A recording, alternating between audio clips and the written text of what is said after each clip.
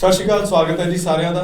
ਸੋ friends, ਬਹੁਤ ਸਾਰੇ refusal ਪਿਛਲੇ ਦਿਨਾਂ 'ਚ ਆਏ ਜਿਹੜੇ ਉਹ SOP ਕਰਕੇ ਵੀ ਆਏ, ਕਿਉਂਕਿ SOP ਕਮਜ਼ੋਰ ਸੀਗਾ ਸਟੂਡੈਂਟਸ ਦਾ।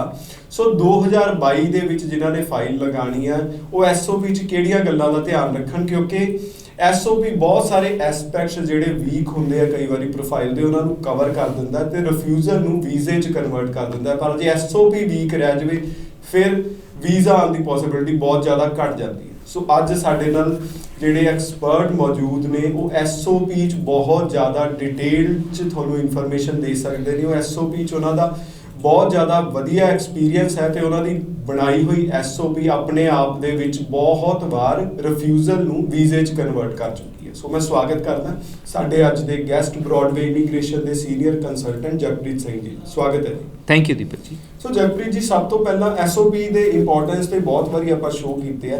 ਅੱਜ ਮੈਂ ਚਾਹੂੰਗਾ ਕਿ SOP ਦੇ ਪਿੱਛੇ ਜਿਹੜਾ ਟ੍ਰੈਂਡ ਰਿਹਾ ਉਹ ਦੱਸੋ ਕਿ SOP ਕਰਕੇ ਇੱਕ ਤਾਂ ਰਿਫਿਊਜ਼ਲ ਕਿੰਨੀਆਂ ਕੁ ਦੇਖੀਆਂ ਤੁਸੀਂ?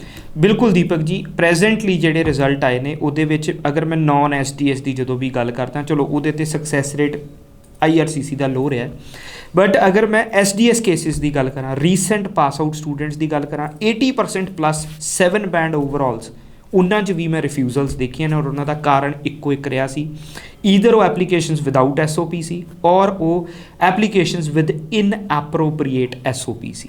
ਜਦੋਂ ਵੀ ਦੀਪਕ ਜੀ ਆਪਾਂ SOP ਦੀ ਗੱਲ ਕਰਦੇ ਹਾਂ, ਦੀ ਸਿਗਨੀਫਿਕੈਂਸ ਤਾਂ ਮੈਂ ਆਲਰੇਡੀ ਦੱਸ ਚੁੱਕਾ ਵੀ it is basically a statement of purpose ਵੀ ਤੁਸੀਂ ਉਹਨੂੰ ਕਿਉਂ ਕਰਨਾ ਹੈ।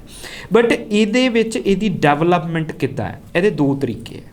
ਇੱਕ ਤਾਂ ਤਰੀਕਾ ਇਹ ਹੈਗਾ ਵੀ ਤੁਸੀਂ SOP ਬਣਾਉਣ ਲੱਗੇ ਸਾਰਾ ਕੰਮ ਕਰਨ ਤੋਂ ਬਾਅਦ ਤੁਸੀਂ ਇੱਕ ਪ੍ਰੋਗਰਾਮ ਆਪਟ ਕਰ ਲਿਆ, ਉਹ ਕਿੰਨਾ ਕੁ ਰੈਲੇਵੈਂਟ ਹੈ, ਕਿੰਨਾ ਕੁ ਨਹੀਂ ਹੈ, ਟ੍ਰੇਡ ਚੇਂਜ ਹੈ, ਕਿਹੜੇ ਸਬਜੈਕਟਸ ਦੇ ਉੱਤੇ ਉਹ ਜ਼ਿਆਦਾ ਮੇਜਰਲੀ ਲਾਏ ਕਰ ਰਿਹਾ, ਉਸ ਤੋਂ ਬਾਅਦ ਤੁਹਾਡੀਆਂ ਇੰਗਲਿਸ਼ ਕ੍ਰੈਡੀਬਿਲਿਟੀਜ਼ ਕੀ ਨੇ, ਗੈਪ ਦੀਆਂ ਜਸਟੀਫਿਕੇਸ਼ਨਸ ਹੈਗੀ, ਇਹ ਸਾਰੇ ਇੰਗਰੀਡੀਐਂਟਸ ਨੂੰ ਇਕੱਠੇ ਕਰਨ ਤੋਂ ਬਾਅਦ ਤੁਸੀਂ SOP ਬਣਾਉਣ ਲੱਗੇ।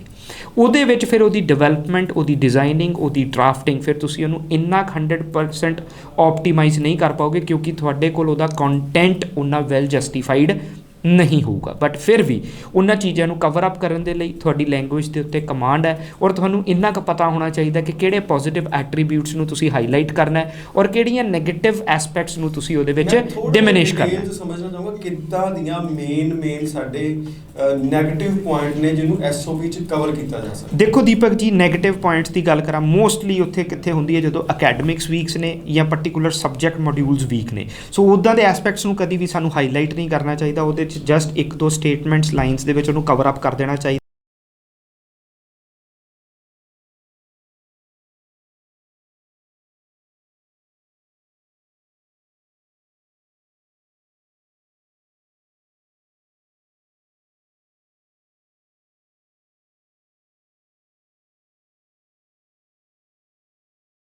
ਚਾਹੀਦੀ ਹੈ। ਸੋ ਡੇ 1 ਤੋਂ ਮੋਸਟਲੀ ਦੀਪਕ ਜੀ SOP ਦੀ ਪ੍ਰੈਪਰੇਸ਼ਨ ਪਤਾ ਸਟੂਡੈਂਟ ਕਦੋਂ ਸਮਝਦਾ ਵੀ ਜਦੋਂ ਸਾਰਾ ਕੰਮ ਹੋ ਗਿਆ, ਫਾਈਲ ਐਮਬੈਸੀ ਲਾਉਣੀ ਹੈ, ਇੱਕ ਦਿਨ ਪਹਿਲਾਂ ਆਪਾਂ SOP ਬਣਾਉਣੀ ਹੈ, ਡਿਵੈਲਪ ਕਰਨੀ ਹੈ। This is not the SOP development, ਉਹ ਹੈ ਜੀ SOP ਮੇਕਿੰਗ, ਕਿ ਆਪਾਂ ਉਹਨੂੰ ਉਸ ਵੇਲੇ ਲਿਖ ਰਹੇ ਹਾਂ।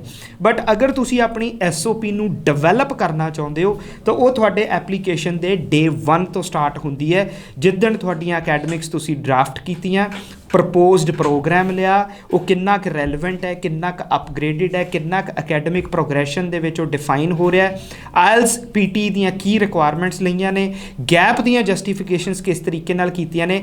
SOP ਦੀ ਡਿਵੈਲਪਮੈਂਟ ਡੇ 1 ਤੋਂ ਉਦਣ ਤੋਂ ਸਟਾਰਟ ਹੁੰਦੀ ਹੈ। ਇੱਕ ਗੱਲ ਦੱਸੋ ਕਿ +2 ਪੜ੍ਹ ਕੇ ਆਇਆ ਜਿਹੜਾ ਸਟੂਡੈਂਟ ਹੈ, ਤੁਸੀਂ ਸਮਝਦੇ ਹੋ ਮੈਚੁਰ ਇਨਫ ਹੁੰਦਾ ਹੈ ਕਿ ਇਹ ਸਾਰੀਆਂ ਚੀਜ਼ਾਂ ਜਿਹੜੀਆਂ ਤੁਸੀਂ ਦੱਸੀਆਂ ਐਜ਼ ਐਨ ਐਕਸਪਰਟ SOP 'ਚ ਹੋਣੀਆਂ ਚਾਹੀਦੀਆਂ, ਸਾਰੀਆਂ ਉਹ ਕੰਪਾਈਲ ਕਰ ਸਕਦਾ? ਨਹੀਂ ਜੀ, ਨਹੀਂ, ਬਿਲਕੁਲ ਵੀ ਨਹੀਂ ਕਰ ਸਕਦਾ। ਉਹ ਇੱਕ ਆਪਣੀ ਸਿਰਫ ਸਟੇਟਮੈਂਟ ਦੇ ਸਕਦਾ ਹੈ ਔਰ ਉਹਦਾ ਸਿਰਫ ਸਟੇਟਮੈਂਟ 'ਚ ਕੀ ਦੇਖੋਗੇ, ਕਦੀ ਵੀ ਦੀਪਕ ਜੀ ਸਟੂਡੈਂਟ ਤੋਂ ਲਿਖਵਾ ਕੇ ਦੇਖ ਲਿਓ, ਕਹੂਗਾ ਮੇਰਾ ਡਰੀਮ ਹੈ ਕੈਨੇਡਾ ਜਾਣਾ, ਮੇਰੇ ਪੇਰੈਂਟਸ ਨੇ ਮੈਨੂੰ ਅੱਜ ਤੱਕ ਪ੍ਰਮੋਟ ਕੀਤਾ ਹੈ, ਉਹਨਾਂ ਨੇ ਮੈਨੂੰ ਇਸ ਚੀਜ਼ ਬਾਰੇ ਇੰਟਰਸਟ ਡਿਵੈਲਪ ਕੀਤਾ, ਮੋਟੀਵੇਟ ਕੀਤਾ, ਮੈਂ ਉਸ ਤੋਂ ਬਾਅਦ PR ਲੈਣੀ ਹੈ, ਮੈਂ ਉੱਥੇ ਆਪਣੇ ਆਪ ਨੂੰ ਸਕਸੈਸਫੁਲੀ ਇਸਟੈਬਲਿਸ਼ ਕਰਨਾ, ਉਹਦਾ ਇੱਕ ਡਰੀਮ ਹੈ।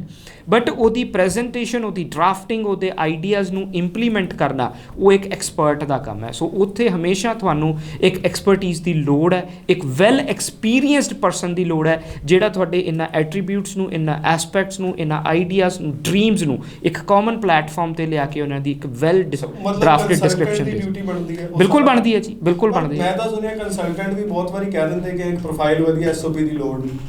ਦੇਖੋ ਉਹ ਬੇਸਿਕਲੀ ਉਹਦੇ ਵਿੱਚ ਕੀ ਹੈ ਕਿ ਇਹ ਜਦੋਂ ਟ੍ਰੈਂਡਸ 2016-17 ਦੇ ਵਿੱਚ ਚੱਲਦੇ ਹੁੰਦੇ ਸੀ, ਜਦੋਂ IRCC ਇੱਕ ਲੀਨੀਅੰਟ ਮੋਡ ਦੇ ਵਿੱਚ ਚੱਲਦੀ ਸੀ, ਅੱਛੇ ਆਇਲਸ ਵਾਲੇ ਸਕੋਰਸ ਨੂੰ ਵੀਜ਼ਾ ਦੇ ਦਿੱਤਾ ਜਾਂਦਾ ਸੀਗਾ। ਬਟ ਸਿਚੁਏਸ਼ਨ ਟ੍ਰੈਂਡਸ ਦੀ ਗੱਲ ਆ ਜਾਂਦੀ ਹੈ ਦੀਪਕ ਜੀ ਇੱਥੇ। ਨਾਰਮਲੀ ਟ੍ਰੈਂਡਸ ਪਤਾ ਕੀ ਹੈ, ਰਿਜ਼ਲਟ ਕਿੰਨੇ ਟਾਈਮ 'ਚ ਆ ਗਿਆ, ਕਿੰਨਾ ਕੁ ਡਿਲੇ ਲੱਗ ਰਿਹਾ, ਇਹ ਟ੍ਰੈਂਡ ਨਹੀਂ ਹੁੰਦੇ। ਟ੍ਰੈਂਡ ਹੁੰਦੇ ਆ ਰਿਜ਼ਲਟ ਓਰੀਐਂਟਡ ਪੋਜੀਸ਼ਨਿੰਗ ਕੀ ਚੱਲ ਰਹੀ ਹੈ, ਕਿਹੜੇ ਪ੍ਰੋਫਾਈਲਸ ਨੂੰ ਕਿਸ ਤਰੀਕੇ ਨਾਲ ਡਿਫਾਈਨ ਕੀਤਾ ਜਾ ਰਿਹਾ। ਸੋ ਉਹ ਟ੍ਰੈਂਡ ਹੁੰਦੇ ਆ। ਟ੍ਰੈਂਡ ਇਹ ਨਹੀਂ ਹੁੰਦੇ ਵੀ ਅਕਤੂਬਰ 'ਚ ਫਾਈਲ ਲਾਈ ਸੀ, 5 ਤਰੀਕ ਨੂੰ ਲਾਈ ਸੀ, ਤੇ ਪਹਿਲੇ 10 ਦਿਨਾਂ ਵਾਲੀਆਂ ਜਿਨ੍ਹਾਂ ਦੇ ਬਾਇਓਮੈਟ੍ਰਿਕ ਹੋ ਗਏ ਉਹਨਾਂ ਦੇ ਹੁਣ ਰਿਜ਼ਲਟ ਆ ਰਹੇ। ਇਹ ਟ੍ਰੈਂਡ ਨਹੀਂ ਹੈ। This is the processing time ਕਿ ਨੰਬਰ ਆਫ ਐਪਲੀਕੇਸ਼ਨ ਹੈ। ਟ੍ਰੈਂਡ ਇਹ ਹੈਗਾ ਕਿ ਪ੍ਰੈਜ਼ੈਂਟਲੀ ਕਿਸ ਪ੍ਰੋਫਾਈਲ ਨੂੰ ਵੀਜ਼ਾ ਦਿੱਤਾ ਜਾ ਰਿਹਾ, ਕਿਹੜੀ ਪ੍ਰੋਫਾਈਲ 'ਤੇ ਪ੍ਰੈਜੈਂਟੇਸ਼ਨ ਕਿਸ ਤਰੀਕੇ ਦੀ ਹੋਣੀ ਚਾਹੀਦੀ ਹੈ, ਔਰ ਕੀ ਡਿਮਾਂਡਸ ਕੀਤੀਆਂ ਜਾ ਰਹੀਆਂ ਨੇ ਐਮਬੈਸੀਜ਼ ਵੱਲੋਂ। ਸੋ ਤੁਹਾਡੇ ਮੁਤਾਬਕ ਏਜੰਟਸ ਨੂੰ ਵੀ ਜ਼ਰੂਰ ਲਗਾਉਣੇ ਚਾਹੀਦੇ ਨੇ SOP? ਐਬਸੋਲੂਟਲੀ ਲਾਉਣੇ ਚਾਹੀਦੇ ਆ ਜੀ। ਤੁਸੀਂ ਐਪਲੀਕੇਸ਼ਨ ਨੂੰ SDS ਲਾਂਚ ਕਰ ਰਹੇ ਹੋ, ਤੁਸੀਂ ਨਾਨ SDS ਲਾਂਚ ਕਰ ਰਹੇ ਹੋ, ਤਾਂ SOP ਵੀ ਇੱਕ ਹੁਣ ਮੈਂਡੇਟ ਪਾਰਟ ਹੈ ਤੁਹਾਡੀ ਐਪਲੀਕੇਸ਼ਨ ਦਾ। ਸੋ ਸਟੂਡੈਂਟਸ, ਜਦੋਂ ਵੀ ਤੁਸੀਂ ਫਾਈਲ ਲਗਾਉਣੀ ਹੈ SOP ਵਾਲੇ ਇਸ ਪਾਰਟ ਨੂੰ ਬਿਲਕੁਲ ਮਿਸ ਨਾ ਕਰਿਓ, ਤੇ ਜਿਹੜੇ ਪੁਆਇੰਟਸ ਜਗਪ੍ਰੀਤ ਜੀ ਨੇ ਤੁਹਾਨੂੰ ਦੱਸੇ ਨੇ ਆਪਣੇ SOP ਦੇ ਵਿੱਚ ਕੋਸ਼ਿਸ਼ ਕਰੋ ਕਿ ਉਹਨਾਂ ਨੂੰ ਇਨਕੋਰਪੋਰੇਟ ਜ਼ਰੂਰ ਕਰੋ। ਧੰਨਵਾਦ। Thank you.